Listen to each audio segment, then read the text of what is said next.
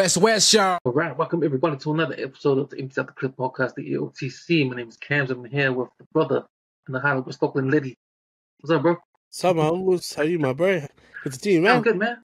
Oh, it's good to see you too, man. Feeling good, man. Feeling good. We got our new t-shirts, man. New Empty Out the Clip t-shirts. Yeah, bro. Shout out to the who sent me our key at 50 Clothing for hooking us up with our second lot of tees, bro. Man, nothing looks good than a nice flex of the bro's hard work. That's right, man. That's right. It's good. Mine's fresh and it fits real well. All right, man. Let's man, we've been chatting for over an hour because we were waiting for Alf to jump on. He's busy running around his son, trying to buy him a new phone, but he should be on in a minute. So we'll just decided to get started and we'll jump on whenever he jumps on. But let's do some shoutouts, bro. Oh man, I'm trying to find my list. But a huge shout out to the Auckland Alpaki Super Rugby team, man. Like I've always said it, bro. Rugby women's comp is better to watch than the Super Rugby, bro. Easy. And if you've seen the game yesterday with the empty crowd and all the rest of the rules, you would have felt like, man, that is so unfair. But hey, it is what it is.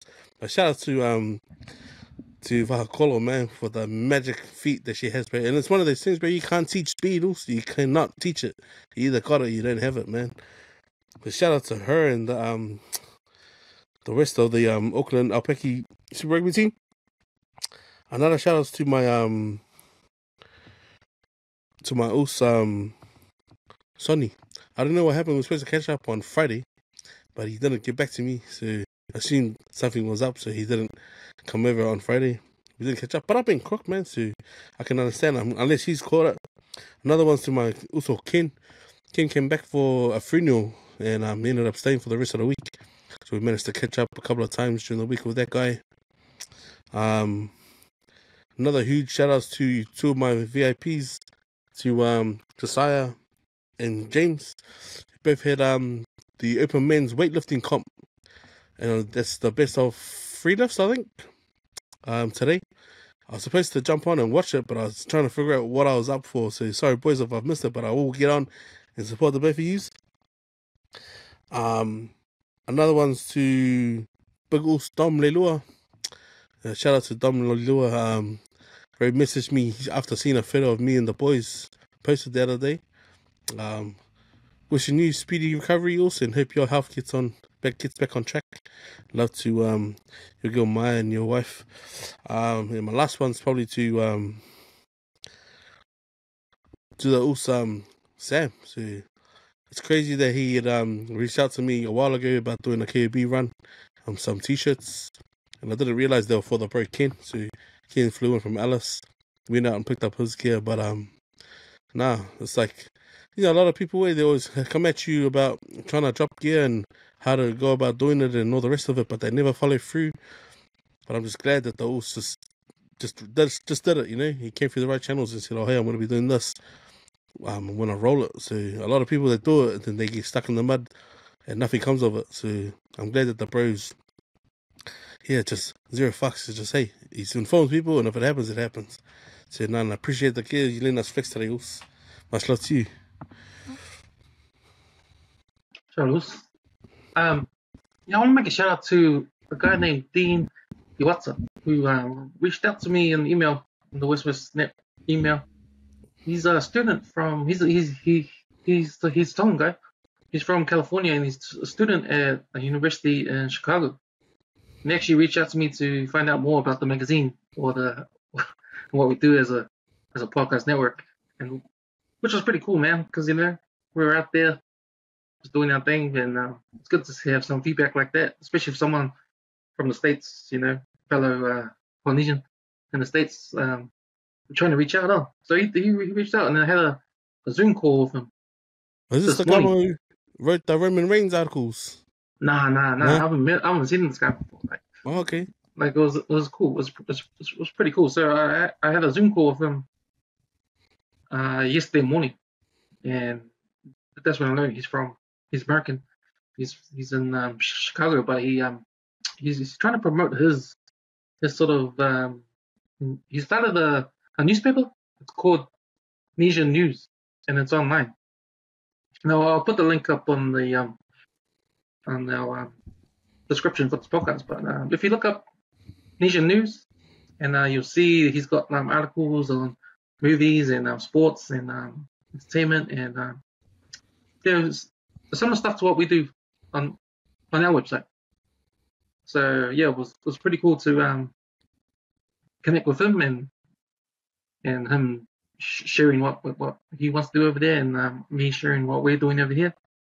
And yeah, I'll just give him a little plug, and hopefully you'll see our stuff on his website as well. Nesian News, solid.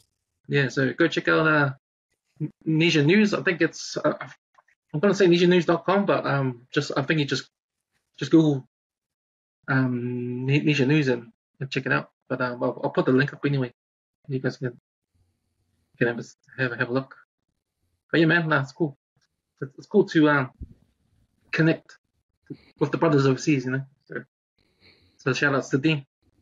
Yeah, man, and just on the regular, shout outs to all the listeners of the WesWes Network. The content we had our 135 footy show, our NRL Rugby League footy show drop an episode on last week. I think it's gonna be a weekly thing, so you can tune in every Tuesdays. I think Tuesdays the boys are gonna record every Tuesdays, and we'll put that up.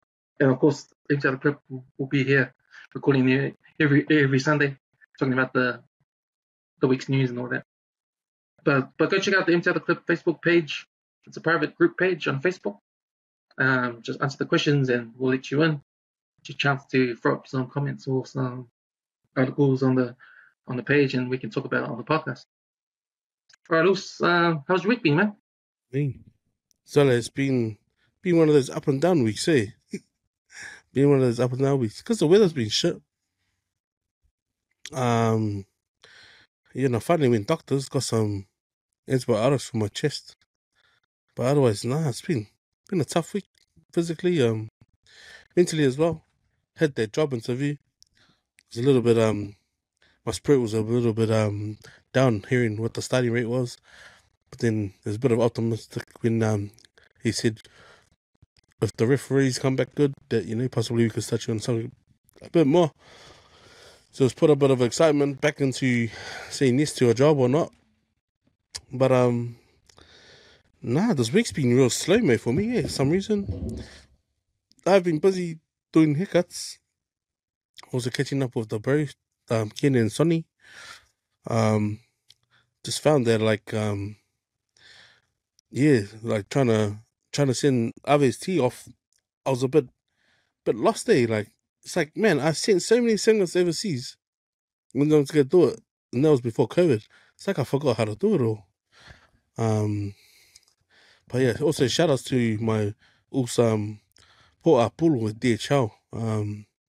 It's funny, like I've mentioned, that when you message people and you haven't messaged for a while and they send you an audio, I love hearing audios there because it's like you get 5 minutes to just scribble whatever you want to say out loud and the rest of it. But I'm enjoying the little voice memos people send me. It's quite enlightening. So when I sent the others off, I ended up dropping into Smart Barbers in Henderson, and I met the owner, man. So I told him I plug him, so the also man, and it was genuine, man. Like, this guy really is putting in the hustle, and it sort of put fear, and it sort of reinstated my fear of opening up a shop, and sort of just papole about who's going to show up and who's paying rent and who's not paying rent, but just paying the bill, you know what I mean? So it was good to have a yarn with him, and I promised that I'll put his ad in the WesWes Sports Mag. So you ain't see my one, you probably see the Usos one, and he's off the main road in Henderson. We had a good yarn. I probably spoke for about 45 minutes. I was a bit popole, man, because when I was going to do Ave's tea, I was already parked for an hour. So I was worried that I was going to get a ticket, but lucky it was raining, man. So the parking lot was probably too fefe to go out and put the chalk on the tires. So not grateful that I didn't get towed or anything. But watched some football yesterday. which my daughter gave me at Eden against, I think it was Karaka. Yeah, it was cold, eh? It was pretty cold.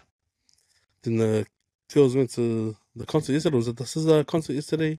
So all my girls ended up getting 2 of my girls a throwback because they were saying that throwbacks Cowboys throwbacks are the SZA's dress code when you get to a concert, even though they've never been. Which is funny. I managed to get them some waffles before they went on their concert last night. But nah, man, I've just been resting, trying to keep warm. This weather's bipolar and it's made my matty bipolar. But otherwise, same old. But you, man, how's your week been also? Yeah, my week's been alright, eh? Work's been work, so that's the same old. But now it's good to come over and get a new fresh fade at your shop on Thursday, I think. It was Thursday. Yeah, so it's good to get that done out the way because I was getting lazy doing the shave on my face. So trying to keep it clean, eh? But oh man, it's been good. Bringing out the magazine last weekend, and I was late bringing out the hard copies, so I had to do that on Tuesday. So I went down, got the prints done, and then I sent them out on Tuesday at night. So I drove around after I got back home. Drove around where the supermarkets were and filled up the stands. An interesting thing happened. I went to the Peninsula Woolworths, and the stand wasn't there. Yeah. I was going, hey, who's the stand? So I asked the lady. Bloody Nixon and his people, man. Shit. So I asked the lady, like, at the counter, said, oh, there's a stand over here. Do you know where it is? Like, yeah, I'll come here to fill it up. And she said, oh, I'm not sure. And our manager's not here, so I can't help you. I'm sure. So, okay. So it was funny because the next day at work, I rang up and I talked to someone. Apparently the manager wasn't there as well, but they said they remember the stand, and they said it's at the back, so it's not in the front anymore. So I think that she said, oh no, because it was empty for ages, so we thought, no one's gonna come pick it up, so we just put it at the back because it's in the way. And I was thinking, oh, I was thinking it's empty because man, it gets snapped up fast, man. I need to put some more in, man. 100 is not enough. It needs to be 200, man. So it was a little bit of misunderstanding in that case, but I said, okay, if you guys still want it, I can leave it here and put it in front, or I can come and pick it up and put it somewhere else. So I've got to talk to the manager. Yeah. When I finally get a hold of him. But yeah, man, just that. I produced the latest 135 footy show with Bob and Tanner. They reviewed round 6. Round 5. Reviewed round 6, and it talked about the Michael Jennings 300 game that we'll talk about as well on this podcast. They also talked about they had their opinions on who they thought would be a bolter for the State of Origin team. So they did the early State of Origin picks for New South Wales and Queensland. I hope you haven't jinked us. Yeah. And knowing those guys, because those guys are Queensland supporters, there was no love for New South Wales in that talk. So, but yeah, man, that's the 135 footy show. And then yeah, man, just I got some more articles in from emails from some of the boys to put on the new mag. It'll come out in 2 weeks' time. And I've got the confirmation on the cover. I've got a new cover confirmed, so I'm happy with that because I've always thought that was the hardest part of this whole magazine, trying to figure out what the cover's gonna be. Because you gotta ask permission for someone to have the face on there or photo on there, and like if I don't, I gotta find someone to put on the cover every single like 3 weeks. Yeah, we bring the magazine out, so yeah, it's all fun though. So I'm enjoying it. But yeah, man. Good, man. Just keep on grinding, I guess. Just keep on grinding. Right. All right, man. Yeah, we'll just get into the topics now. So let's you posted up a thing on our Facebook page about Auckland Schools Rugby. So there's going to be a change, but before we start on that, like there should be a change because rugby right now in this country is being on the low, on the down low, not down low, but I think the popularity of the sport has declined, and I think the numbers show that.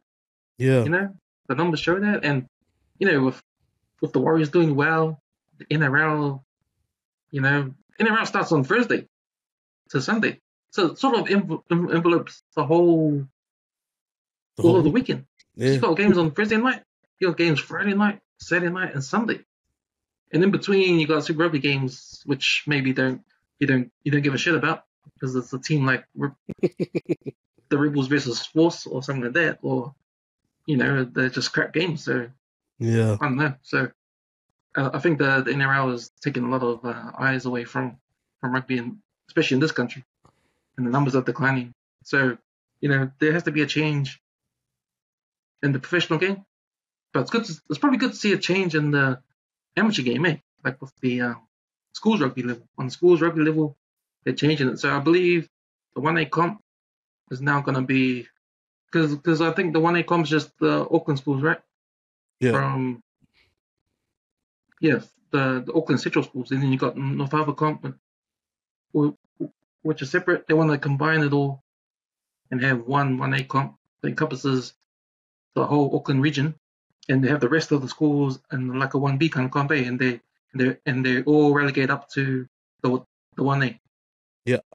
So you're not going to have your North Harbour comp, Auckland comp, and your Southside comp. Yeah. Or however it is. But yeah, man. What are your thoughts on that? I think it's been long awaited, man. It's been long awaited since they've had something to sort of like just I don't know, give more of the other schools in between the opportunity to challenge and have a taste of what it is to be competitive outside of their normal regions.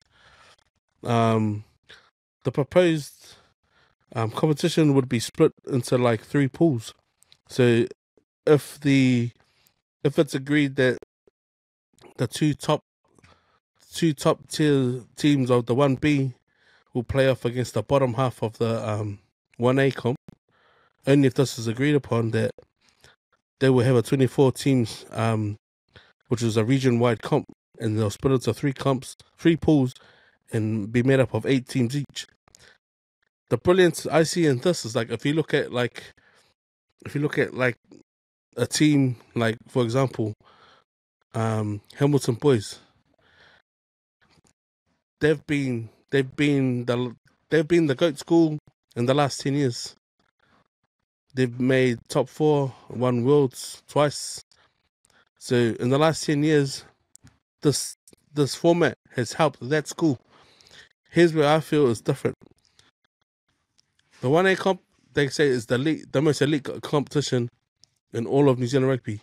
Why? Because the amount of money that schools have to put into their rugby programs, and I'm not going to name drop, I'm just going to say, the amount of schools that have money to put into their rugby academies, programs, and make it core subjects far exceeds some of the rugby unions and some of the rugby worldwide. That's fact. What's interesting about this now is that you look at a school like Westlake Boys High. They're not in the 1A. They play in this North Harbour comp.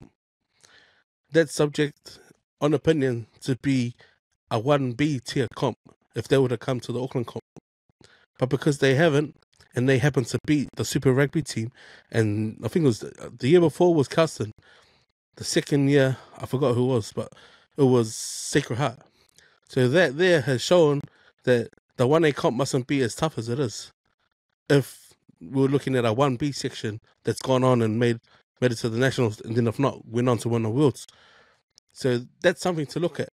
If you look at the competition and how tough it can be. The only flip side to that being the Super 8, and if they break this region team into 3 pools of 8, is if they're only going to play like 4 or 8 games, or compare that to the First 15 1A comp, there's more than 12 teams there, sometimes 14, so you play more games.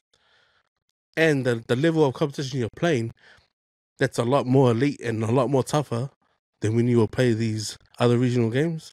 So there'll be teams that slip through the cracks and end up having like an easy run, and then they'll make the semi or the top 8, and then those will be their hardest games of the whole season.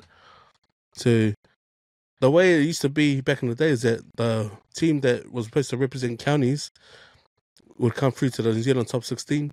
The team that wins the Harbour Comp will come through to meet in the top 16. Whoever wins the 1A would represent the Auckland Comp, except that Auckland would always take the top of the table, so they would have 2 entries, but only because Wesley didn't have a team that played in the counties rugby comp, because they played in the under-21s comp. So Auckland were allowed that. Up until when they cut it, that's sort of when you saw the disappearance of the Wesley and the Custon reign, because they were the teams. Because even though they played more teams in their competition, it just means like teams that play in the Super 8, like Tauranga Boys and Hamilton Boys, Gisborne and that, they play lesser games, but they still finish. Whoever finishes top will go through to the New Zealand top 16. So I think it's a good idea, man, because a few guys have commented and said they wish they played teams from the 1B, and like this is possible. So if they say the winner of every 8 comes through and mixes with the 1A comp, or they take the top 4 or the bottom 4, man, that'd be a good competition in itself, you know. And it would give everyone maybe an even playing field when it comes to the top 16, because the top 4 is pretty much brutal. It's like you play 3 games within 9 days. So if you play the semi tomorrow, guaranteed, not even a day, you'll be in the final the next day. So that's pretty tough. But I mean, if the 1A's comp is sort of given a break, and the other schools in the other 8 are given a rest, it might be a bit even, eh? But usually it's, if you watch like most competitions, the team that has the rest, they might not win, or they might get knocked off from the team that's playing week to week. So that's where it gets interesting for me. But it is I think it's an exciting time for New Zealand schoolboys rugby. I think it's more opportunity to shine, eh?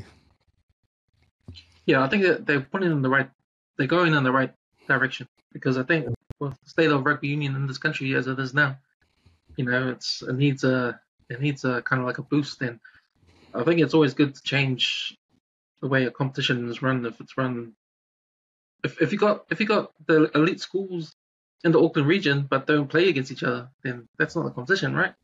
Nah. So you gotta find a way to make them play each other, you know. And I think it's a step in the right direction, and I wish they could bring back the televised games too, because I think rugby union needs it. They need and you know, the excuse about, you know, the students that it's like a mental health thing, you know, and all that. I think you just can't get away from it. There's always going to be some kind of mental health stuff, you know, and you got to work your way around it, because the way I see it, if kids are not seeing themselves play, you're not playing the sport, right? Yeah. If you're not seeing the sport on TV, not being exposed enough, huh? You're not going to play it. Yeah. Like, the only reason why, like, I like to see the stats when they did televise the 1A comp, how many guys were like trying to be on TV and all that, how many schools wanted their school to be on TV and all that. And I know they went against it because there's a lot of bad stuff that comes out of there, but if you outweigh the bad from the good, right? You outweigh from good stuff to the bad, right? And this country needs a little boost of rugby union, like. Solid for its national game. Rugby is supposed to be our national game. Yeah, they don't want to give the respect to those playing grassroots rugby or even 15. Like, it needs to, man. Otherwise it's gonna fall over. It's gonna fall over, and the NRL is gonna simply just soak up all their talent, and it look like it already has been for the last 4 years. Yeah, man, absolutely. So, yeah, I'm more for the change, man. And if it means that you can, you know, like, you know, you can all the parents say, they go to these games, and now you got these new teams coming in, these good elite teams coming in. Like, would Messi be one of them? Or are they not strong anymore? Messi would fall into that category too, yeah. Because it would be the North Harbour comp and the counties comp. So it would be good, man. Yeah. Like, there's some instances, like, right, they're neighbouring schools, like Whitecheck and Messi, they would never pay each other unless they were playing in the Manu Cup, some run by one of the local rugby clubs here, Guatemala or Waitakere, saying that, oh, we'll host a pre-season tournament. But what's come out of that is nothing, because they say Caston's going to bring their official team down. No one wants to get rolled. Like, that's just simply how they look at it. They don't want to be nah, we don't want to bring our team down here and get a hiding in front of the residents here, you know? So with a competition like this, there's no running from it. Either you forfeit your team or you actually bring your team out and have a go and have a taste of what it is to play, competitive rugby. Yeah, man.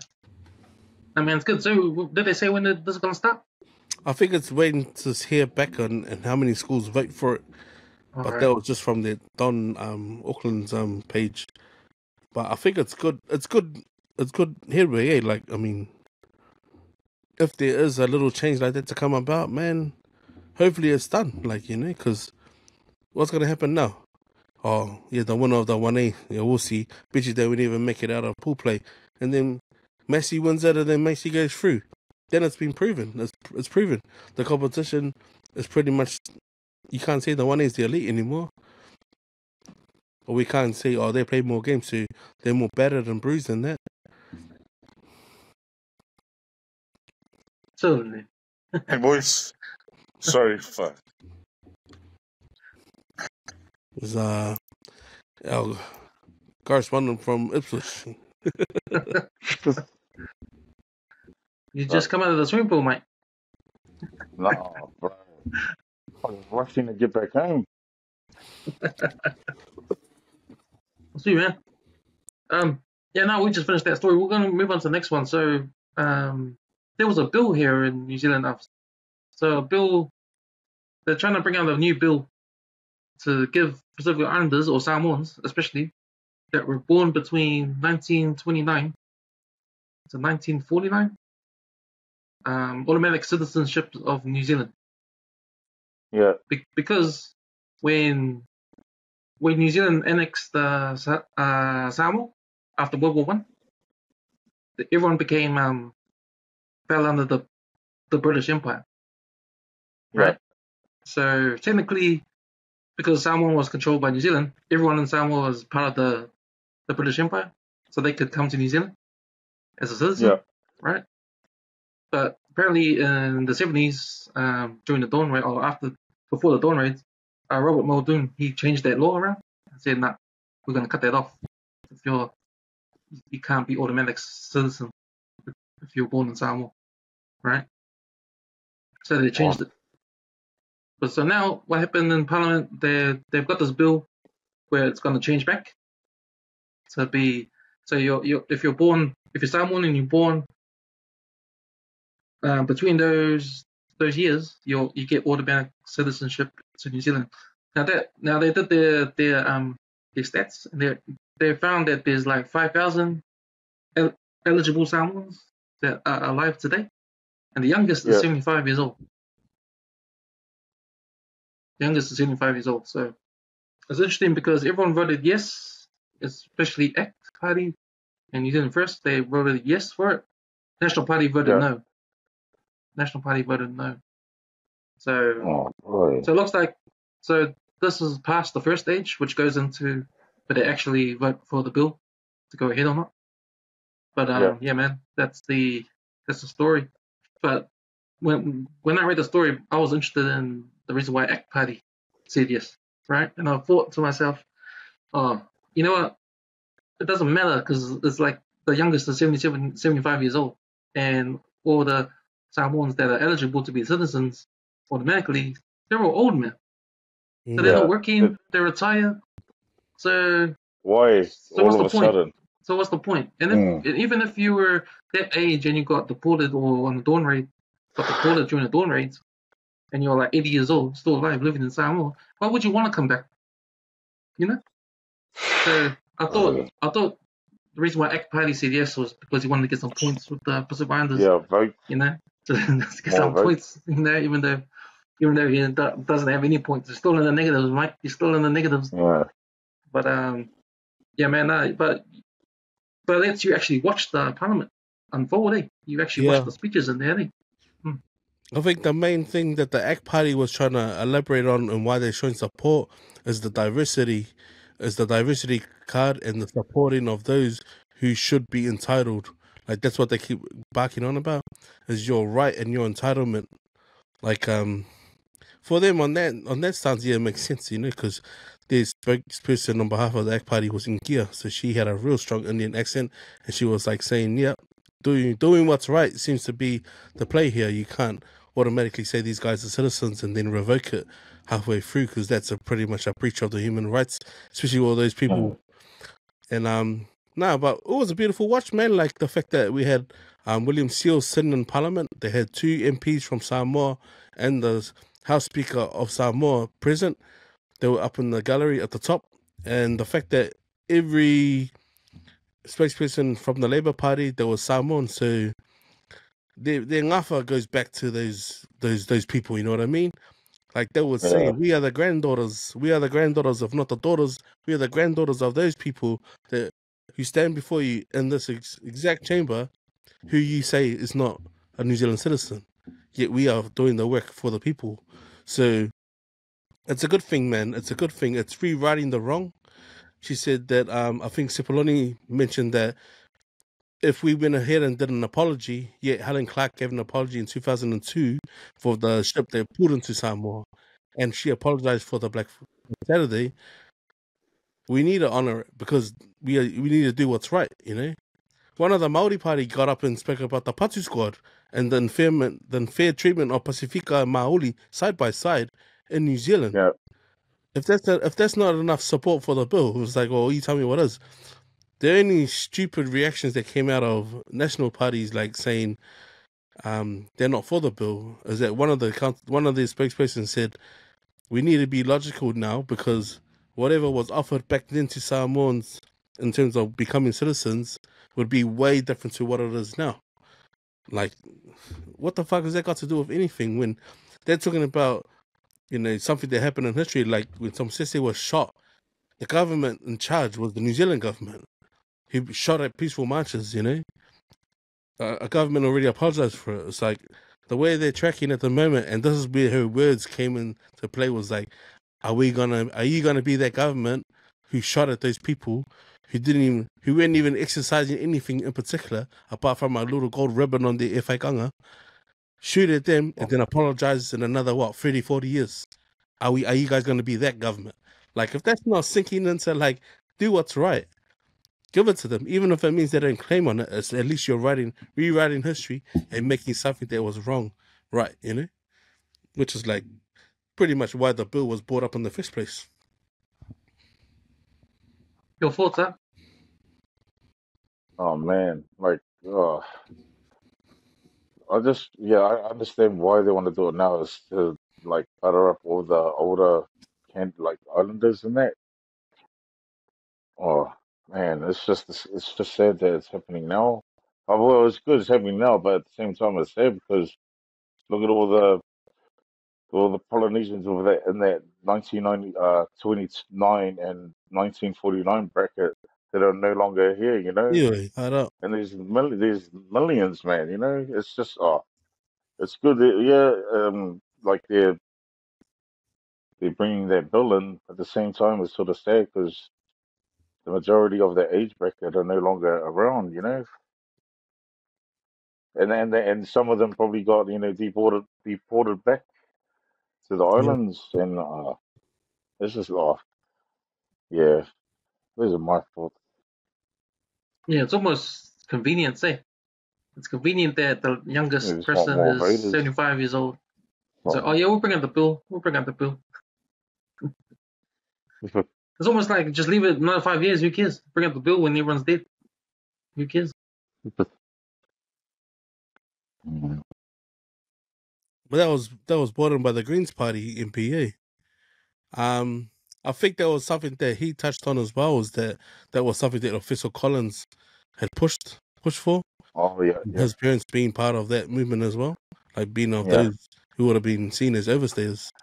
So I think it's a win for them if it goes through to the panel and it gets passed. But like you said, kalau whai all those nomakuas and koingas that are no longer alive, Because I look at my old man, for example, 34 years he worked in New Zealand, and he came on a work scheme through Tokelau, but he didn't have his Samoan passport. When they eventually asked him, "Oh, you need to produce something," and it was for his will. Believe it or not, it was for his will. He had to produce citizenship for a JP or a lawyer to actually sign. Then he had to apply for his citizenship. But he had been working here, working almost 28 years of his life, and then get told, "Oh, you're not even a legal citizen." Then he applies for the citizenship. Yet he owns a house, puts us all through school, and he's told, "Oh, sorry, you've never been a citizen." Like, for him to have gone through that process would have been like, "Oh, fuck." So I've been paying all these taxes for all these years, and I was never like properly actually worthy of being collecting a pension. So it was pretty like, oh fuck, you know. So when he eventually got his paper, it was pretty funny how he addressed that. He had to sing the national anthem and give a little mihi with his crew. He got inducted. But I mean, shit like that, you know. Like he would never have thought, like, unless he wasn't doing a will that he was the whole time a nervous there. I don't know. But yeah, like you said, they're no longer here. But I mean, that'll be good for that bracket, you know. It's just but still got to be happy that now they're eventually recognizing it, you know. Hopefully it passes. Yeah, it's like the same as the apology from Jacinda. Remember, Jacinda did the apology for the born rates. They had that whole ceremony thing, town hall, Auckland Town Hall, and that. But yeah. Right, boys. Moving on. We actually got a comment coming, or article coming, or actually a video coming from one of the listeners. So Ty, he posted up on our page a TikTok on a Samoan guy. They got in trouble. He got sent to court for his abuse to the ref on social media.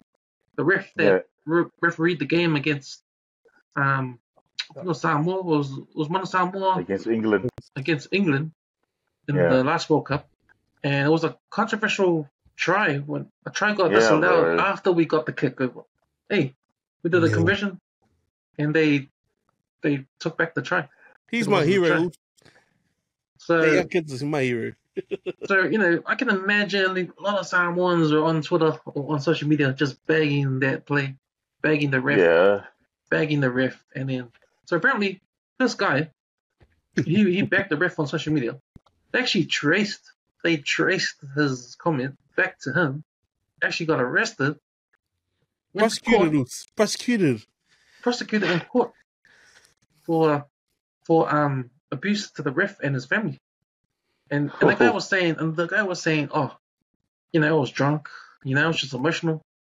I was like, fuck, come on, man, isn't that like, I don't know, man. I'll got my opinion this one here. You guys first. Your opinion first, Alf.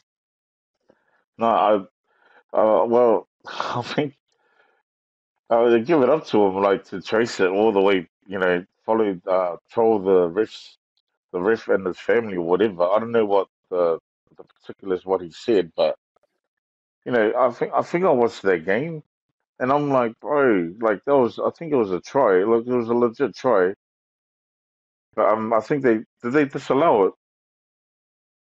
The phone ring. That's bullshit, man. But they disallowed it after the conversion. Oh, come on. It was the bunker 8. They got their own like they got their own bunker. English bunker. Home cooking, bro. Nah. Yeah. Oh well. Yeah. Give it up to him, man. Like for standing up for, I guess, what everyone else was believing as well. Like, nah, this is a wrong call. But I think you should have just, instead of trolling the ref. Well, they're just fucking sour, man. That guy probably trolled them all on social media, and they just wanted to make a example of him. But good on him though for standing up for what he believes in. Yeah, but I'm sure there was a few supporters that were thinking the same too. Yeah, that's the thing. But my question to you is that this whole situation of actually getting prosecuted, actually doing something Oh, like if anything, like if you think about it, like you're sitting at home, you're watching your team play and they lose because some ref does some or dodgy even call. a dodgy call, or even a player, another player, he wins it and your team loses. Of course, and you're having a few beers. Of course, you're gonna say something on social media, right? Yeah. Like, and then what happens when that gets traced back to 2 days later? Cops come to your workplace.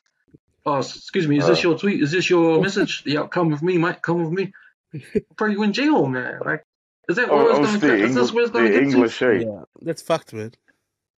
But is this where I was going to be now? Is this where it's going to? Is this where what we're looking at in the future? There's English supporters, all those English supporters are all probably they're just soft cocks. They should have just like let him have his rant. No, I don't know. That's entertaining though. What are your thoughts? I think it's fucked, bro. The fact that World Rugby fund an AI matrix to locate individuals, like we said, we spoke about this, bro. But the fact that the first guy they happened to find is a 22-year-old, and he says that he was Onga. Well, his lawyer obviously told him, well, they might not be able to confiscate you because you were under the influence of alcohol, but it's a social media for him. Like, unless it was like, right, he had to have gone over and above to do it, right? But the fact that it was like, if it was just on Facebook, like, that's fucked, bro. Like, there goes your freedom of speech, or you trying to act, like, say whatever the fuck you want on your social feeds, right? Yeah. But, like, I think it's like, to be honest, man, the World Rugby, like, and I'm upset, man, they fucked. They fucked us over that day. They fucked us over in that game. And the even worse thing was that we were all smart enough to quickly bring up the rules and find that a try cannot be reversed after the conversion has taken place. Now you look at the video, man. That guy's fucking that ballbag's ref, and he was fucking probably protected. They probably told him, "Don't worry, if any of this shit happens to you, we are gonna do this." And this is them playing it back for the ref. We will prosecute whoever the fuck it. We will find them. We will find them. And then, sure enough, they found a guy who just happened to be going handy. His rants probably weren't as handy as some other people, man. Yeah. But yeah, did he get overboard? Yeah, he possibly did. But I mean, what does that say about the game? It says that it's sinking, and it doesn't want us Pacifica to fucking own their game. And we are probably the best at it, man. That's the truth. Yeah. Man. Those World Rugby champ people, those old Pukinos, they're full of shit, man. They just didn't want a Pacific team to upset England, just like how Samoa upset Wales. It's just one of those things, bro. And no wonder why the game's fucking dying. But just, it's sad that if it was... Yeah, it's sad that because this individual obviously felt a certain way and he got locked up for it, and it's been like, what the fuck? Over a social media, rant. That's like, bro, is that really what the world is at now? It's like, you can't complain. You can't complain about anything. Yeah. Can't voice your thoughts, opinions. Yeah, man. But clearly, it's funny, he's from here, eh? He's from Logan. all this fucking news article did. I was like, all right, if you're gonna paint someone to be a piece of shit, paint the Samoan guy. Who's say he was even Samoan? But you know what? We'll say, born in New Zealand, Samoan, hating on the fucking rugby game. It's just a game. Hang on, but hey, we got fucked over in that game, so he wasn't allowed to say how he felt. Yeah. So the rugby board can all get fucked. They can all get fucked. Yes. Fuck all of them. Bro, what kind of shit is that? I think this is dangerous. It's dangerous to actually do this because if you look at what the story said, 52,000 people on Twitter or on social media they deemed to be abusive. Yeah. So are you telling me 52,000 people and you picked out the one guy? That's exactly it. Yeah. I mean, how about they go pick out Sunny Paito in the Waikato chapter? Why can't they go pick him out? You can go. How about the police go put the computer and then let them reply about their game? They ain't gonna go arrest them. I mean, and people out there that are listening to this are saying this and say, you old guys, we know back in the days it was just sticks and stones, their generation, But no, man, like, then how far are you gonna go? If it's over the top, what's over the top is actually getting AI to find these trolls. Oh yeah. But a troll is just a troll. As soon as you make a troll like something bigger than that, something that's actually going to come and stab your family, or it's only social media.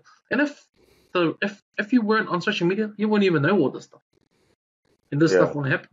I mean, talk about freedom of speech. I mean, come on, you've got the right to lay your opinion on the team you support. How does it even stack up in chorus? Yeah. I would love to be a fucking person in the courtroom to hear what Jury. the fence was saying about this poor dude. Like, all right, he was born what? Are they going to say Otara? Are they going to say Manurewa? Then he moved over to Ipswich? And what? He was drunk at the time? He was just writing some comments and when his father saying personal attacks on the guy's kids? What the fuck is that? Like, bro, where did they get off, man? It's what the are you fact gonna do? that You're gonna he's arrest? prosecuted in Australia. Are you gonna arrest the 52,000 that you said that was doing abuse? What makes you wonder, bro? If they're the first guy who's done it, so where's all that money going to then? Where's the prosecution money going to? And is it even worth bringing to the court? Or have they just made an example of him, So I'm gonna ask them, like, what's the difference now? What can you say and what you can't you say? Yeah. So we you're just say gonna in actually our own mother tongues. We just say in our own mother tongue. Make it too complicated, man. It's like, man, they're just so losers. They lost their game. So fucking losers, bro. Yeah, nah. That was a weird one, boys. That was a weird one. Bro, I just laughed that they actually like had a media, like a news media video of it and the whole thing, bro. Like, what the hell? Shit. I remember we touched on the article with Eric and we're like, man, that means they're going to find exactly, if they had a God's eye like just on Fast and Furious, they will be able to pick you out, your IP address, wherever you are in the world and do it. And now they've done it. It's like, what the hell? It's stupid. Yeah, but if they did investigate and they find the Samoan guy, right? He's and this referee probably lives in England. How the hell is he going to get to England to do what he said he's going to do? You know? Wow, put two and two together, mate. And I'm sure, they just didn't want, bro. But if you're going to be professional, man, you're going to treat social media like how it is. It's a free platform for anyone to say anything they want. You can't police that. And these guys are just trying to police something that's impossible. Or trying to make rules that, Haven't you heard of dark web and all that kind of stuff, I mean, why is it just Twitter? Worse stuff they put on the net anyway. That's way worse. Yeah. So, it's just the bullshit. It's a bullshit story. Okay, moving on. So OJ Simpson passed away. Really? Yeah, he passed away. I think a couple of days ago or yesterday. But yeah, man, I just want to ask you guys, like, obviously you've just heard of it when I said it, but I just want to know what you're feeling right now. Oh man, he was a celebrity. Maybe famous for football, but famous for like other wrong things. But no, wow, rest in peace. Rest in peace, AJ. He'll be forever known for that. How they say he got away with murder and that. It's the sad part, eh? Everyone remembers that white Bronco going down the freeway, man. Everyone remembers turning on the TV news and then, what's that? OJ Simpson driving in their Bronco on the freeway, all the little cars blocking behind them, the overpass and the helicopter above the ground, and he was just driving, But yeah, it's some sad news, eh? I mean, even after he done his leg, and he come out after all those years, and I reckon he must be suffering from that post-traumatic syndrome with the head collisions and stuff.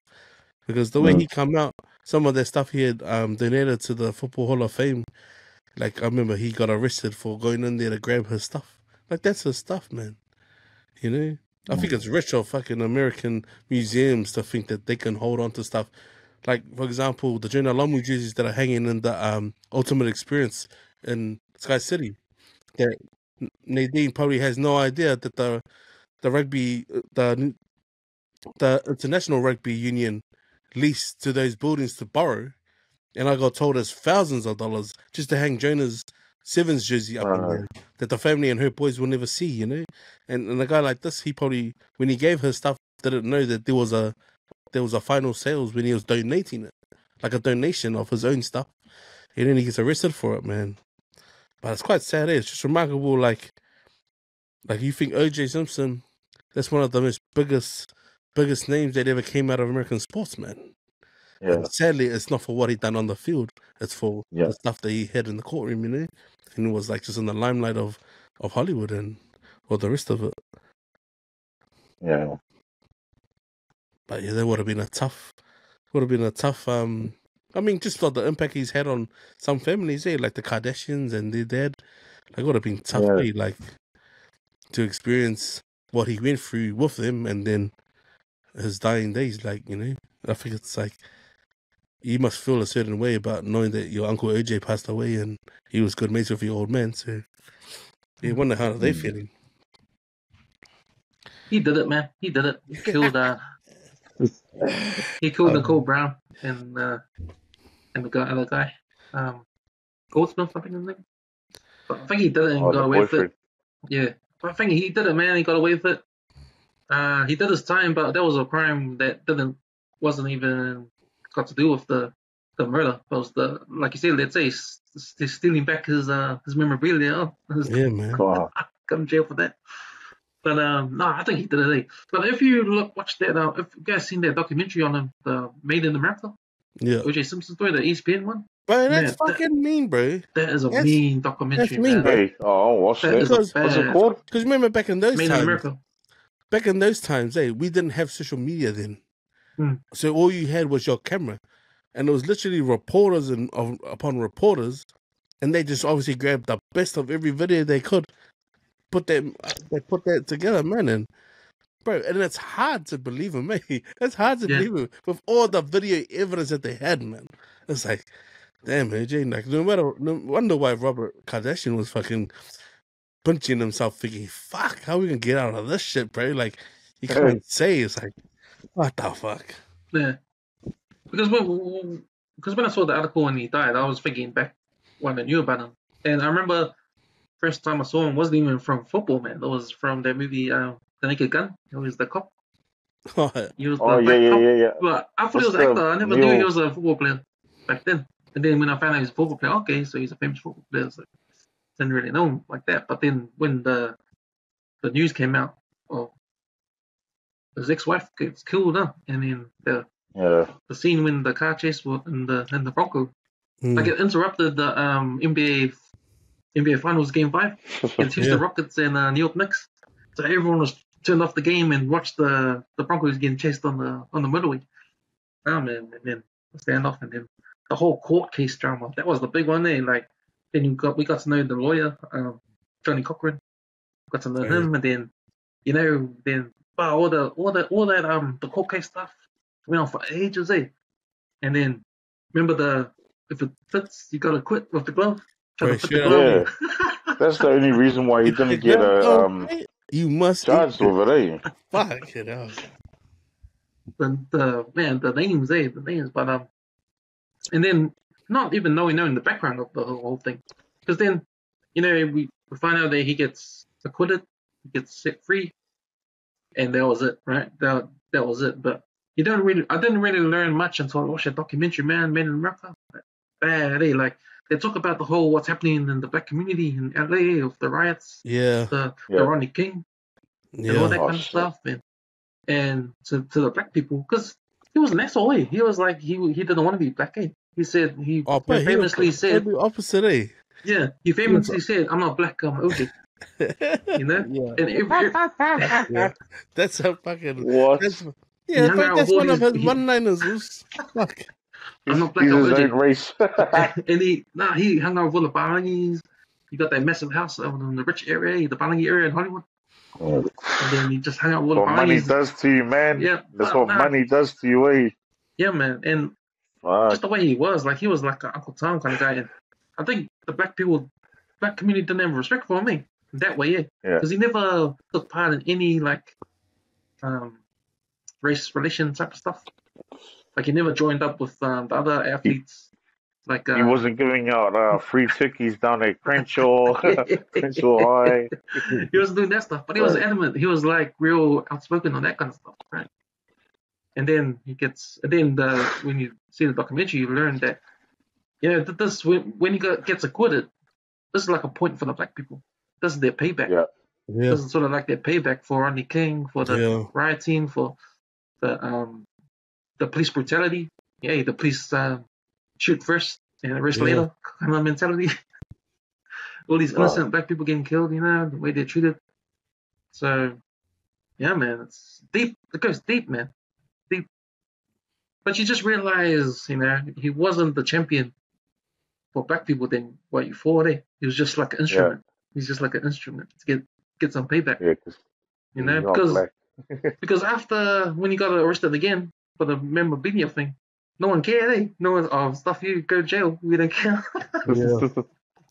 No more free OJ. He got arrested for the sheer fact that knowing that he didn't have anywhere to go outside. I didn't have a home. Institutionalized like that, like you feel like you can't fit back into society because no one respects you like that anymore. Yeah. For the one in particular thing he was good at, which was throwing the ball around, like I think I could understand why he was like, I'm not black, I'm human. Like if I'm OJ, I'm OJ, because his records, like when they held for the time that they did, like bro, that was literally never done before by any color. It was just he was OJ for the sake he was OJ. Like even when he had this bronze statue built for him, it's like it replicates. They say immortals and greatness of players, but that was him. But he didn't say it had nothing to do with his race. He happened to learn the game and fucking. That's how he wanted people to perceive him. But I mean, I reckon he got institutionalized when he went in, and then when he came out, felt like he didn't fit in society again. He probably lost his marbles and wanted to go back somewhere safe where he was probably respected inside the jail, Yeah, true that. Yeah. So, but then if you watch the documentary, they touch on his life before he goes to jail, before he does the second crime, before he does that crime when he gets him in jail. The time of his life after he gets set free, he gets acquitted. Like he goes back home, and his neighbors don't talk to him anymore. All his white friends just leave. Yeah, he's got no more friends in the rich area, And then he writes a book. He writes a book called "If I Did It." He's pretty much saying how, hey, that's fucked, bro. Like that's what I mean. Like he's there, but he's not all there. But he just plays plays it down. Too many hits. Yeah, that's why you should sort of think like, oh, bro, this guy had one too many hits. Yeah. Because of all angles of like, say, the jury was saying that he was guilty and everything they said they laid out. When Johnny Cochran then took over the case in that, and they would just say, we got to play the race card. We'll play the race card. Because then what is the piece of evidence? Because the sheriffs were trying to fucking be dodgy on him anyway. They were trying to plant stuff on him. And then they happened to say a pair of gloves. So if it was a pair of gloves, or what size gloves was he? Because they went through their house like nothing, eh? And then they happened to say, okay, what size gloves was it then? And when he put on the gloves, well, that was the sort of ticket, like to be like, are you guys sure now that he really did it? Because if he used gloves, what size was the gloves? Because fucking his hands wouldn't be a standard admit. It'd be like your hands over here. It's like, go put on those extra medium gloves over there. You gotta put. The other funny part was when the judge allowed the jury to go see his house. Remember? To go see his house. So give him like a character observation of who he is by looking at his house. And then the lawyers, his lawyers, John Cochran, go to his house first and take all the pictures of all the Balinese that are on the wall, all the black families on the wall. Wow. But then they would have been surprised there. Like, they obviously knew, okay, OJ's the man, like, for his, whatever he got and all his championships, whatever. But see, for them to walk in and see how nice a house he had, and they're like, suddenly this guy's living better than those guys, That's the funny part of it. I just hope that before he died, he said he did it. Like told whoever, because Told someone. You know Nah, who but would then who's know? gonna you know, I tell believe you it? who would know. Ask 50 Cent or P Diddy. They would know. oh, man, I just hope he did it. Like those last words. Said, "Yep, it was me." Ice Cube would know. Ice Cube would know. Bring up 50 Cent, they will know, man. There's probably Wow. someone inside with KVD he heard through Suge Knight or someone that say they got the story. So did he do it? Pay to see it in the next episode. Who's pay to see it in the next episode? I don't want to say rest in peace because I know he wasn't a good person, but man, it's just interesting, Interesting. The whole story is interesting. It's a pretty. Yeah. Did you watch the documentary, man? Made in America? It's a good documentary, man. Yeah, it's good, eh? It's good. It's one of the best documentaries I've seen, man. It's one of those documentaries if you believe wholeheartedly like, no, he's a good cunt, bro, it's gonna make your family divided, bro. It's gonna make your family divided. Especially if they like the keeping up with the Kardashians. Right. Cool, boys. Moving on. UB40. So UB40 is gonna come down to. Are they coming down to Australia as well? I'm not too There's one in New sure. Zealand? Nah. All I saw, and this is where it made my heart go, huh, is that UB40 is coming to West Auckland, and my fam were the first to share it. My fam shared it. They shared it again on their story and on their homepage. But they didn't say which UB40 is coming, and that was why I got annoyed. So this is why I'm going to empty out the clip on when they're saying UB40 is coming. Now, I've seen someone comment like saying, hey, I think it was Simon talked about, hey, you can't hate on the original band members. They're just trying to get their bread and butter. But what I follow it up with is that the older brother, Robin, so when Ali originally left, he said, we're going to carry on touring, but Ali doesn't get any of the royalties from all their hits. So that's how big a for real, like the voice of your band doesn't get any royalties to your fellas' music. Oh, good. Are they still not talking? They're still not talking, bro. So what Robin Wow. said is that Ali's got a brother just a bit, I think, younger than him. He asked the younger brother Duncan to come and head their band, but then he got like a What? throat cancer. Yeah, so they toured for more than 15 years. He got a throat cancer. Now they've got another singer. So in between that time, the saxophonist, what's his name, Brian Travis has died. The Astro, he left this band now that's coming to West Auckland to go join Ali. So it was just Michael, Ali, and Astro. They toured together. So they've been doing the last tours for the last 18 years together, up until Astro died. But if you hear the band side by side, it's not UB40, man. It's not. Yeah. You know when the Temptations split up? Hey, then they had the other half tour. At least they sounded like the Temptations. You know what I mean? So I mean, more bankroll for all of them. All parties were getting paid. But this here is just a Fa'ili and some karaoke singers. Yeah. I gotta say it, bro. Not- Say it as it is, bro. yeah. A karaoke band ain't a band if the audio doesn't sound like, it doesn't sound the Ali same. Campbell. Yeah. Well, Ali Campbell's the voice, bro. That's the sad part. But it's sad that my film's gonna have been promoting these guys to West Auckland.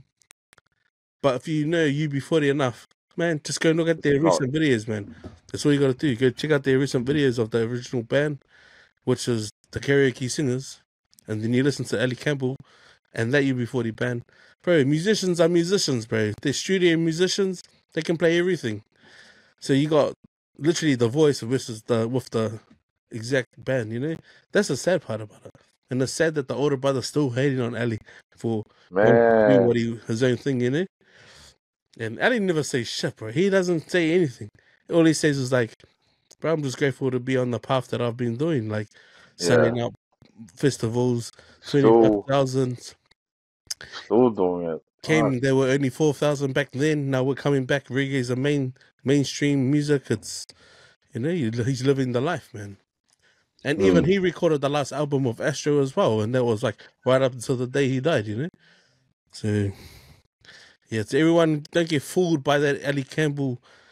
If he's not in the picture, if he's not headlining, man, ask yourself how much you want to listen to a band that sounds musically like them, but has a karaoke singer.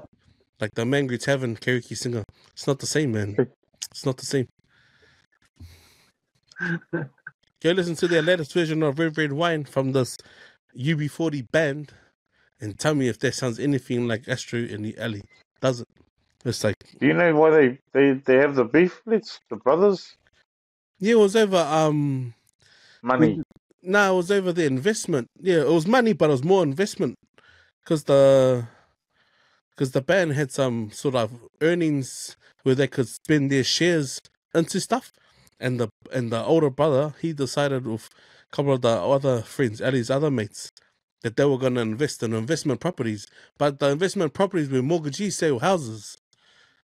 So Ali was like, "How the hell are we UB40 be an unemployed band when we had no jobs back then? Why are we gonna go take mortgagee houses? Like, how the fuck does it sound right of us? You're saying it's an investment for the band, but we're going to take homes from people." Because I'm not for it. So he made the decision to leave, and Michael didn't agree. They both left, and then when they left, they got told, "All right, you can They finish the come rest back. of the tour with us, but after that, you're not entitled to anything." So Fuck. yeah, and he hasn't spoken to his brother since. It's more than 20 years now. Yeah. I might Google, I might YouTube that, that beef. Oos, it's ugly, man. Like Ali's never said one bad thing about it, about them. But the older But the brother brother, does. his mates, hasn't said a bad thing about Bro. any of them. But it's just funny how they always go on the talk show and they always say, "Oh, he chose to leave." It's like, bro, if you don't want to agree on the same, if you don't believe in the same thing, fuck, what's the point? Yeah. He just calls them a karaoke band. That's probably the best statement you can say. Ooh. Ooh.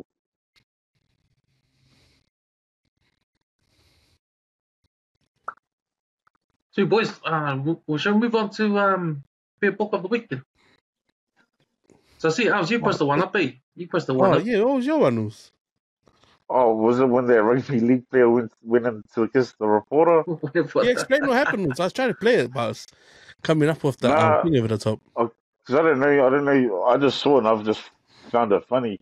Because you know how people come in, like say I was meeting someone and they're coming in and then you're like, oh, so you go in too? But she didn't do that.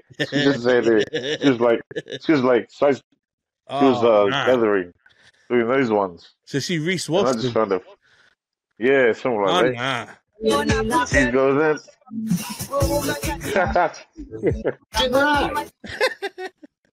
How he goes in and then she goes, Oh, Reese Walsh.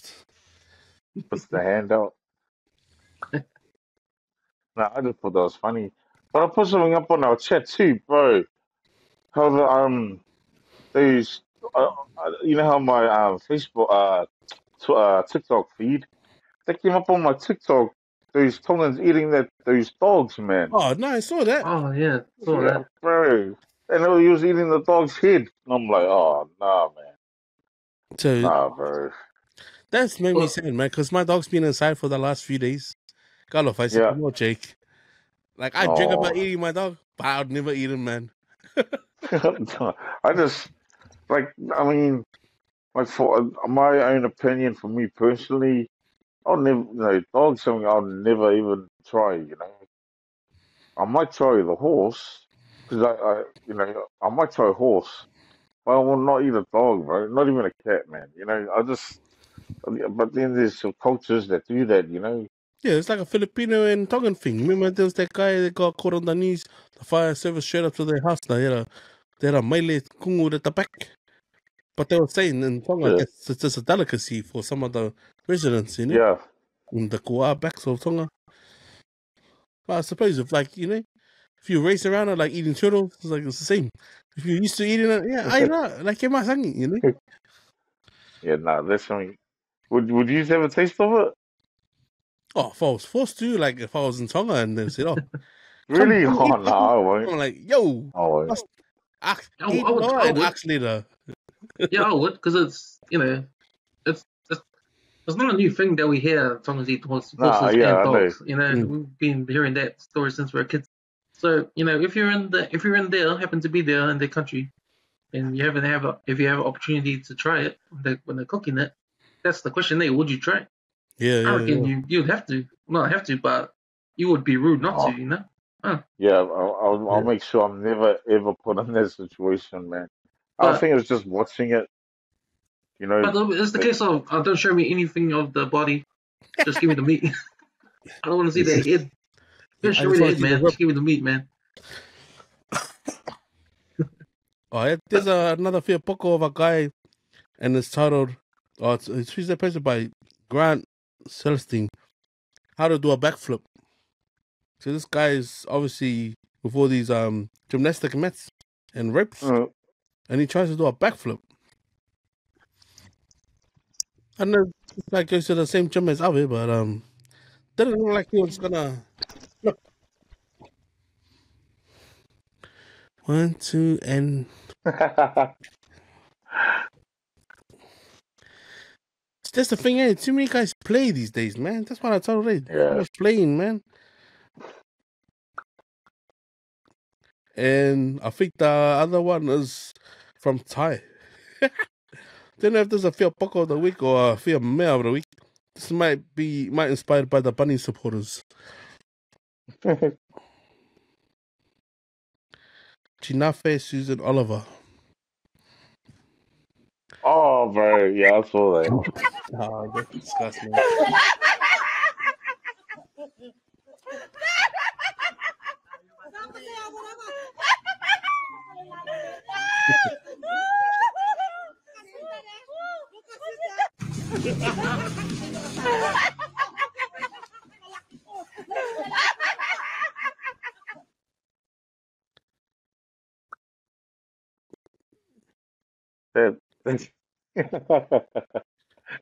That's sick count of the week. Yeah, kind of the week. Okay, we'll leave that for a second of the week.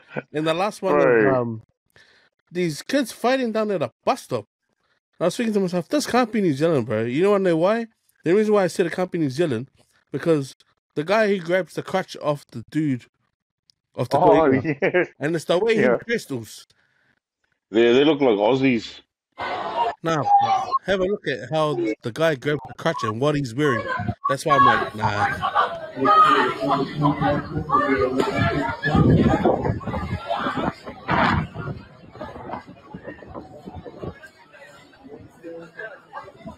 Yeah.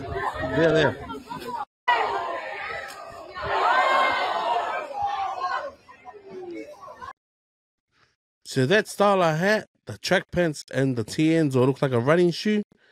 I never seen any puffers just like that at WesWes. Facts, bro. We ain't doing that. We're not doing that. The only thing that was missing was his bum bag. That's how you know this an Australian dress set. That's facts, man. Facts. You'd be caught slipping if you're just like that at West Auckland. Straight up, I knew. We ain't dressing like that. So I was like, it has to be Australia. Yeah. It has to be Australia. I think so. But yeah, he's gotta be a Fia Poko's a good grab a call off a gold man. No, what the fuck is that? Yeah, no. See, they ain't. I know they ain't New Zealand. I was talking about they just use guns. That's it. Boom. That's it.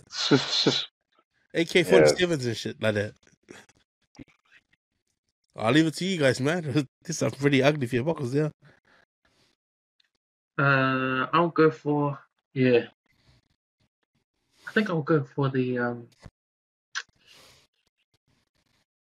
rugby player that went for the kiss. Oh, I think I'll go for my mate. He had his girlfriend at the swimming pool, and they went out swimming that day.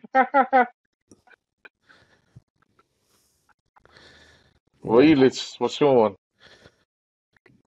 I don't know, I'm disgusted with the Fia Mea tie put on.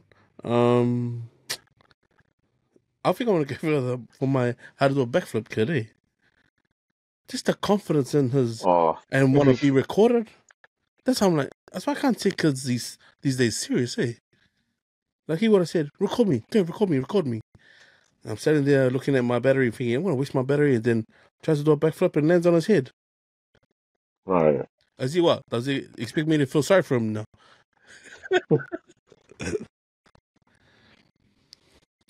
Okay, so Fia Poko of the week is a freeway tie.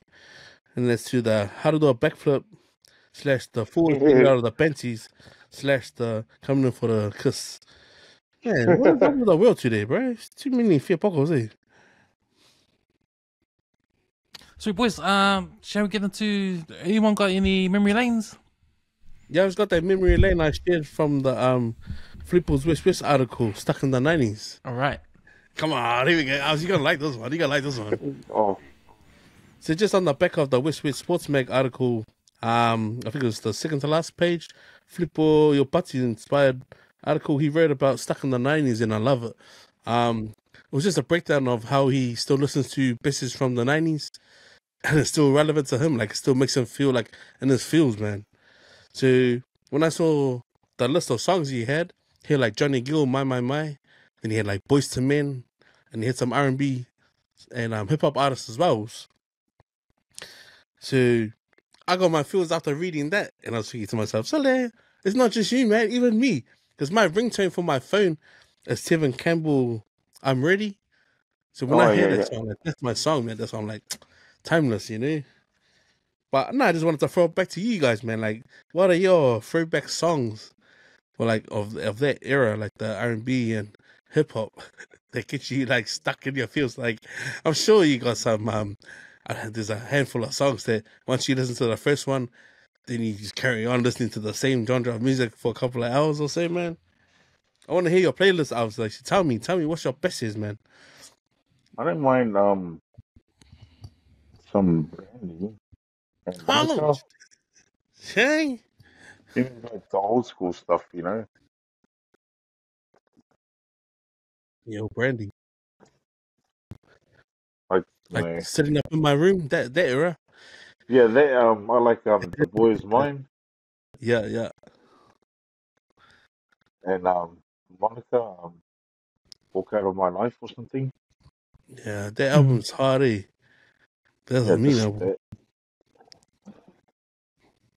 I'm not really. Yeah, man. Cameron's more R&B, man. Okay, I used to listen to all his R&B stuff back in the days. You know what I really like? I really like those times when you hear something that you haven't heard in the ages. Yeah. You know, like those are the best. Those are the best because you think you could, because you know everyone's got their own playlist, right? But it's really influenced on what you hear all the time on mixtapes and even the radio. Sometimes, you know, they play the same songs, and sometimes because they play the same songs and because you hear these same songs in mixtapes, you sort of have a limited range of music. Then on those odd occasions, it can be like an occasion where someone just plays one song that you never heard for like since the 80s or since the 90s that you haven't heard it from since back then. And man, where was this song in all the mixtapes or the old school mixtapes? Where was this song, you know? Yeah. And for me, like some of them, this might be on the mixtape, but man, I heard the other day that song "I'm Overjoyed." I'm overjoyed. Oh yeah. Like, but the original version, and I was like, man, this is mean, like 90s, like early 90s kind of. You gotta look up My Lady's Barber's 90s mix, bro. That song's on there, eh? Yeah. So it's that one, and yeah, just I don't know, all of like I remember back then in the 90s, it was all about soundtracks. So if you had the 90 Professor soundtrack, or you had Bad Boys soundtrack, the first Bad Boys movie, or you know you had the Boomerang soundtrack was a big one. Oh, bro, those are mean. Above the Rim, yeah. Above the Rim soundtrack. All those soundtracks have all different songs, but all those R&B hip hop songs that old school back in the days, eh?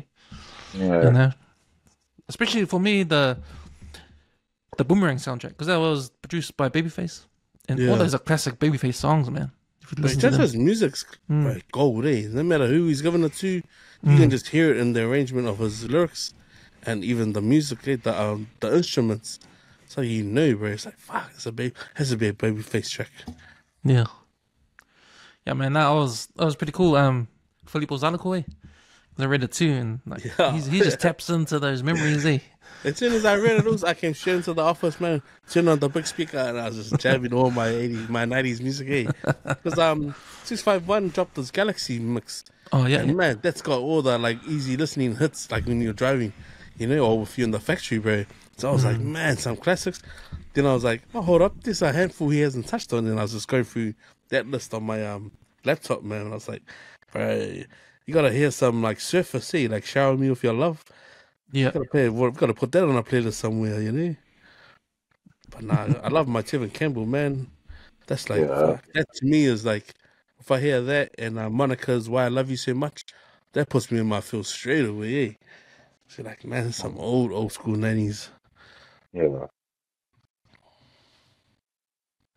Nice. Nice boys. Anyone got a food review? Oh. Do you want this? I'm more bakeryed up, man. Nah. Oh, I just say, well, the reason why I went to this, it was the last minute, February. Me and my son went out for lunch. We had just a Father Day uh, Sunday, sorry, and then yeah, we went to the food court in Ipswich, and we ordered this they call it Bucking Bull or something. Bucking Bull. It's like a burger joint. Yeah, they have it at the food court. It's so different, eh? Like I'm so used to the Kiwi side of food stuff.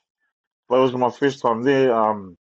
Just the burger, the meat was juicy. Every bite you had, it's just like it was like orgasmic. Hey, it was like it was How do just you spell it? I was just bruh. I was like, and then what was funny is because I bought two burgers and my son had his own plate. He bought um pumpkin and what's it called? Macaroni and cheese and some meat. But he saw my face and he grabbed my other burger. So he ate my other burger too. But yeah, it was just like, man, yeah, it was just, oh man, I wouldn't mind. But you got to go into the mall. It's called the Bucking Bull, like the Bucking Bull. What kind of name is that, bro? And it was funny because I was trying to over here, like ever since I've been here, I still try to do my like can I have if I get that and that, can it be like this price? So I've been doing that everywhere I go, and and the guy behind the counter is like, oh, but like, what the fuck are you on, bro? Try to get an extra piece. No, yeah, but it was good burger. Yeah. Well, sure. So any of our Brisbane listeners been to Bucking Bull? There you go. I'm sure someone's gonna write in the if they watch this, bro. That's not even what it's called, bro. but but I'm sure it's called was it the bulking bull? Bulking. Either way, Oh. okay. So was he packing pool after that? He was very cool, man. Sorry, boys. I've got the greatest attention span. Fuck. Hasn't changed, man. Okay, boys. Moving on. What have you been watching? Start with you. Let's. Totally, man. So after I just plugged the South Seas pictures, the Samoan film director on from YouTube, and he did the Matai. So he's got another one out called Whaamangalo Mai. Oh, that's pretty good too, man. I'm like, silly. man, this guy, bro, he's got me good, bro. And that's probably a relatable one to myself, my own life. So, bro, he's dropped this forgive me story and forgive story. And bro, like that first two episodes, bro, out the gate, so like get that tissues, it's young material, eh? But it's about a girl, she was obviously ghosted outside her immediate family or her maternal family. And like the saddest part is how she finds out, It's like she's overheard her auntie and uncle talking in the hallway. And all the rest of it breaks loose. But man, it's pretty good, eh? It's a good watch, man. It's only up to 2 episodes. But man, straight away with the heavy artillery with the storyline. I'll be watching that. That's on YouTube. And I also started watching reruns of the Footy Show. I don't know how it came up on my algorithm. But man, they got some questionable content they still have on, eh? But I mean, if you're watching it from here, like I remember it used to come on Sky. But I sort of wished we had something like that still here.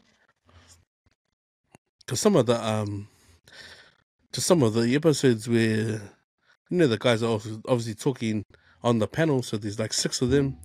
But when they pass the opportunity to talk, but they always do their own like background sort of things. Like say if I'm gonna stitch you up of it, I will stitch you up with all your daily videos, and then I'll find someone who looks like you at the gym, and then I'll be like, so I was like, what day was this? Because I didn't see you post it, and like that's their own way of like sort of going at each other. But it's funny, yeah. Like, and then everyone on the panel obviously has a bit of their own, own banter across each other and mocking each other. But the funniest one that I saw of that was when, do you remember the guy named Mario? He used to play for Souths. Yeah, Mario Finnick. He was like a field correspondent. Like he's always out and about. Yeah. And I think they stitch him up where he goes and I think it was the Goodley brothers.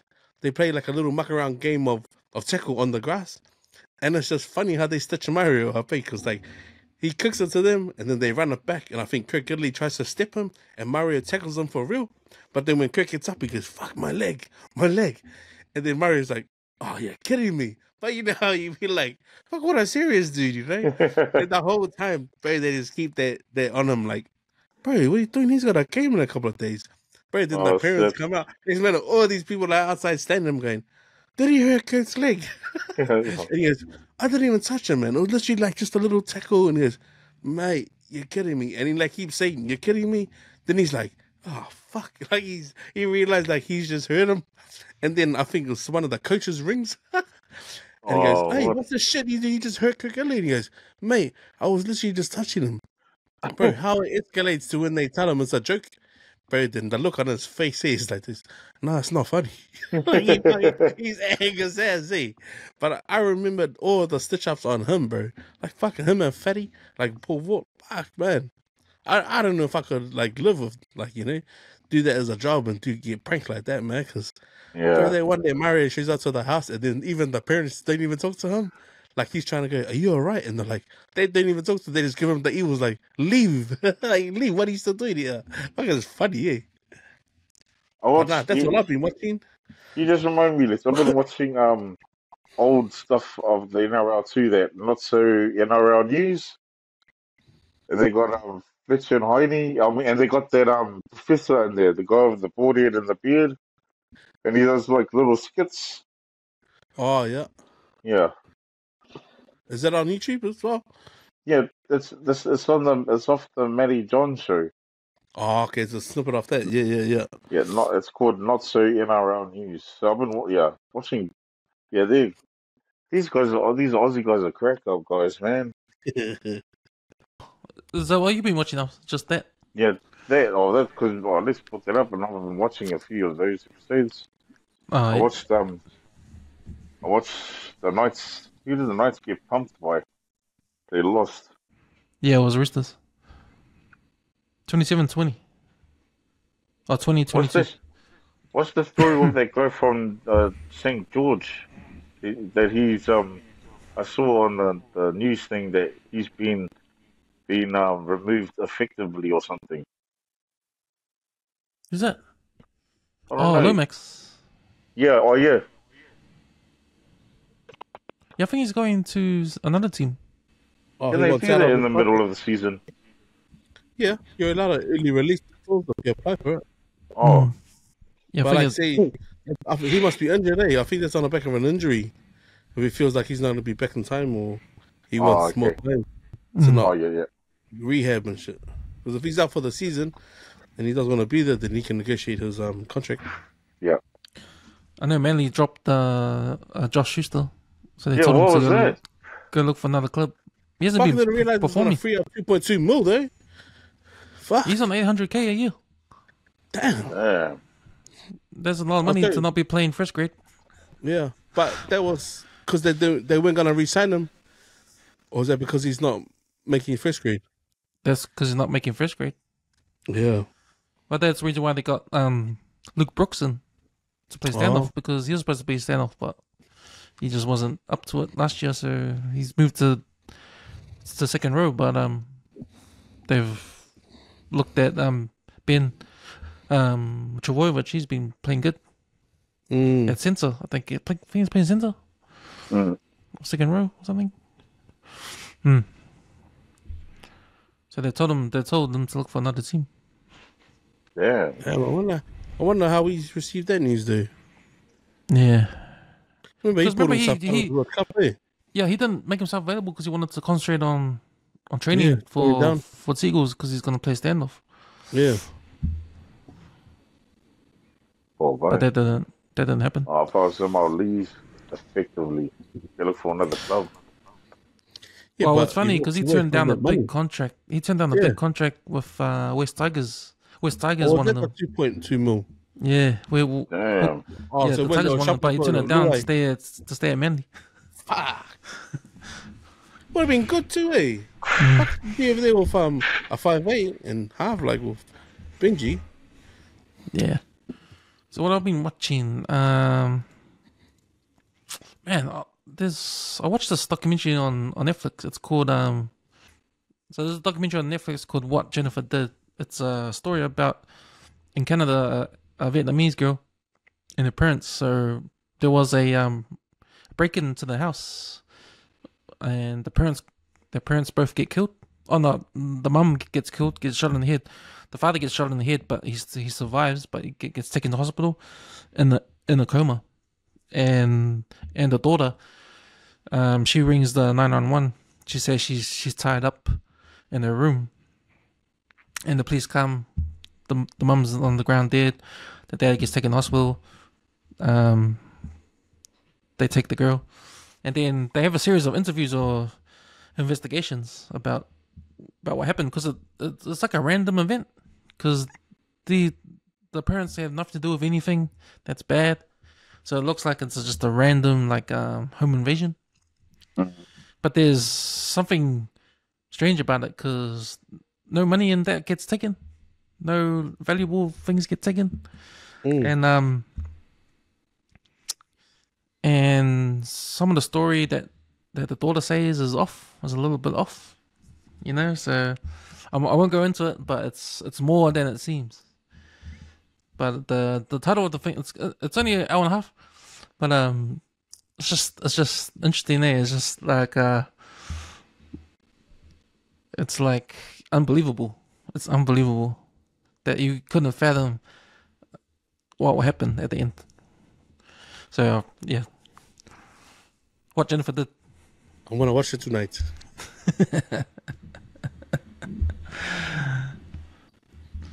All right, boys. Yeah. So good, man. Good. We'll wrap things up. We'll do some last words. Let's go, Alf. Yeah, so just the last words. Yeah, today was probably I'll shout out to my son Bryce. It was the first father and son day we've had. Oh, we just went out and had lunch. I also bought him. I got him a new phone. I'm gonna be broke for the next 10 years. Yeah, but it was just a long time coming, and it was just a nice feeling. Like I think because I finished work at 9, and just the old me will be like, I don't want to do anything. I just want to sleep. But I think it was just yeah. I made an effort to get out, go pick him up. Oh man, but yeah, no, it was good. It was well with to see his face, and we went and had lunch too. So yeah, we haven't done that in like many years. But now just make time, like make time with I know your family, um, and it's create a lot of memories. 100%. Oops. Nice words. I just wanted to share another condolences to my fams, Turpo fams, for burying my niece Bess yesterday. Yeah, pretty tough one, eh? It's hard watching burials from home and not being able to be there with your family grieving. But yeah, just wanted to leave with my final words is for anyone who's still sitting on the fence about trying to start, it's never too late, man. While you got the chance, see, every day above the ground is a good day, and yeah, I look forward to seeing better and brighter things ahead of us. Yeah, and then saying that, man, like, man, love to you both for jumping on, and it's good to see your face again, us. Another Always. shout out to my also Semi Aki, man, for coming through with the empty at the clip tops, bro. These are fire, eh? Can't We're wait to actually get looking at my trying one. to do some singlets, man. We're looking at trying to do some singlets. Oh, If nice. any viewers are keen on getting in on some first time match, then we'll probably try and drop soon. Yeah, man, if it's any way we can help towards the WesWes Sports Mag and get that content out there, it's the voice of the little Pacific guys in this bottom of the world down here, trying to get everyone on the work buzz. But yeah, man, you know what it is. Can't wait for my copy to come, man. Can't wait.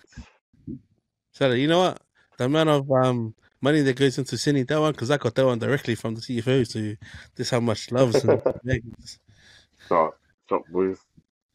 Ciao, boys. Yeah, man. My last words, man. Just man, that was the WesWes Networks Sports new magazine that's out now. It's out in the supermarkets. You can find it online too, because you go to our website www.weswesnet.com and you can read the magazine from there. There's also an archive page on the website, so you can read the past magazines that are on there too. So this is issue 3 that's out. Issue 4 will be out in 2 weeks' time. So proud, man. So proud of what we've done with the magazine and getting the boys to write some stuff to throw in.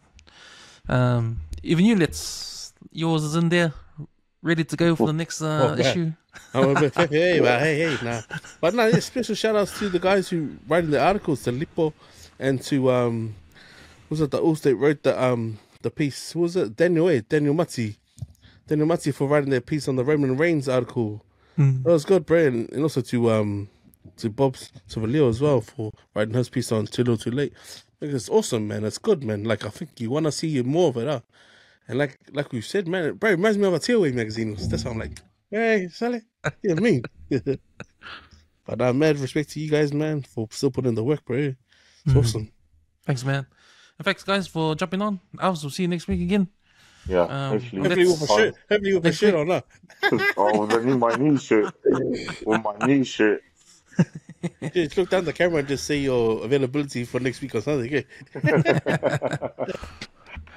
okay, boys, that's us. Let's get the fuck out of here. Sick